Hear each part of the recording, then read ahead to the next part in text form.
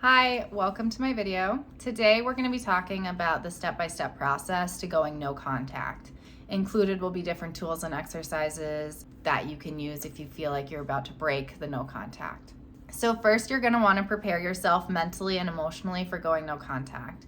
This could include understanding boundary setting, getting yourself into a place on knowing what boundary setting is and what it looks like in the dynamic of toxic relationships or boundary setting on narcissists. You're going to want to tell your friends and family and get a little bit of a support system going to help you navigate through this no contact process. But most importantly, you're going to want to remember that this is very much like a drug addiction, and that even if you fail and talk to the narcissist again, that's very, very normal, and it does not mean to give up and that you're a failure. I want you to think about this as a fail forward, okay?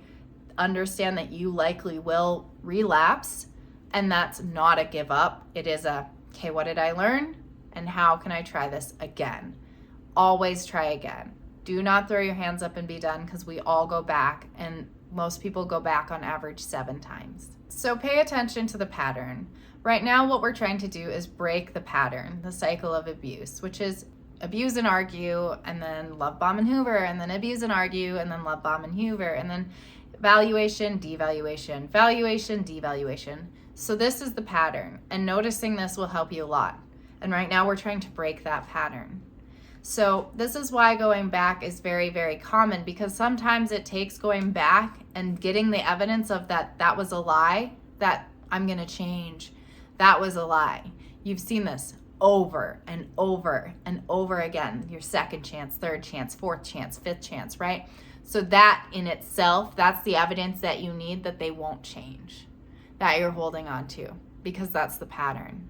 So breaking the pattern is going to include things like limiting communication, preferably none, right? Blocking them, not looking at their social medias, blocking them from social media, limiting interactions with them where they can, telling friends and family you don't want to hear, because the narcissist might reach out to them to get messages to you.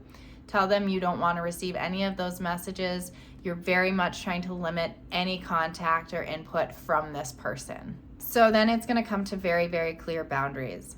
Boundary setting is going to be crucial when it comes to narcissistic relationships. So I'll do a more in-depth video on boundary setting, because in itself is a lot to talk about, but I just want to clarify that boundaries mean nothing without enforcement. Then it's just simply a request. It's not a boundary. If you say, hey, don't speak to me that way, and then they continue speaking to you that way, that's not a boundary. That's a request. 48 hours. That's a boundary. Well, it's a boundary when they speak to you that way, and then you block their number for 48 hours as the consequence. Or if you continue to speak to me that way, I'm going to leave, right? Which ideally you shouldn't be around them. You shouldn't be talking to them, because this is about going no contact, right? But this is what boundary setting is. It's in that enforcement, and it's in that consequence. If you continue speaking to me that way, I'm going to leave. And then the next words that come out of their mouth, if it's abusive, you need to leave. That is the boundary. So the next step with going no contact is to kind of prepare yourself ahead of time. So ahead of time, you want to have a game plan of things to do in case you feel yourself about to break, or like you want to reach out to the narcissist. This include different distraction techniques. You can create a behavioral change. Every time I feel like I want to reach out to them, instead I will journal, or instead I will meditate, or instead I will go for a walk, or instead I will go to the gym, or instead I will listen to music. Okay, so you want a behavioral change to implement and use as a distraction. The reason journaling is so good, because you could say everything you wanted to say to them without saying it to them. And be aware that it's okay if your thoughts and emotions aren't falling in line with your behavior, because they probably won't. The first step in growth and healing isn't to change the way we think and feel so that we can change the way we act. Sometimes it's changing the way we act so we can change the way we think and feel. So even if you feel like you want to talk to them and your thoughts are telling them all the things that you want to say, your actions are actually, I'm not speaking to them. I'm not telling them how I feel, and I'm not telling them how I think. So that's really where the reality of the situation is, in our behavior, in our actions, not in the thoughts and emotions in our mind. Those will work themselves out secondary. Another tool that you could use is writing a journal entry of every single thing that they've ever done to you, as atrocious as it is.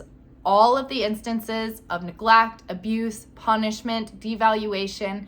You want that list so that when you feel like you want to reach back out to them, you have this list to look at and remind yourself of the pattern. Remind yourself of the pattern that they don't change. The other thing with this list is understanding that if you continue to talk to them or take them back or go back to them, you're communicating to them that everything on that list is okay for them to do. And the final step in going no contact with a narcissist is the healing part. So you're moving forward with your new life, your new self, your new identity. So it's important to be replacing this space that you now have for yourself with growth and development. Okay, it's really important to be intentional during this time, to be using healthy coping mechanisms and not falling into, say, drinking or avoiding or suppressing, because those tools can be useful as well when we're trying to deal with pain.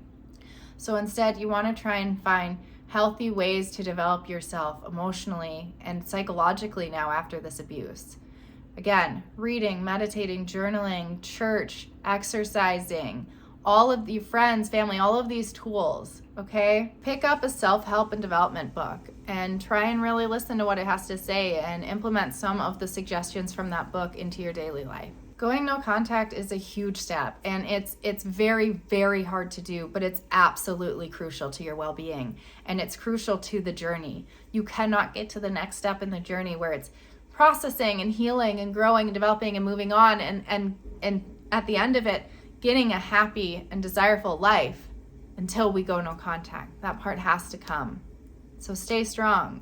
Thank you for watching, and I hope that you found this information helpful, and I really, really hope that you can use some of these tools to go no contact with the narcissist in your life.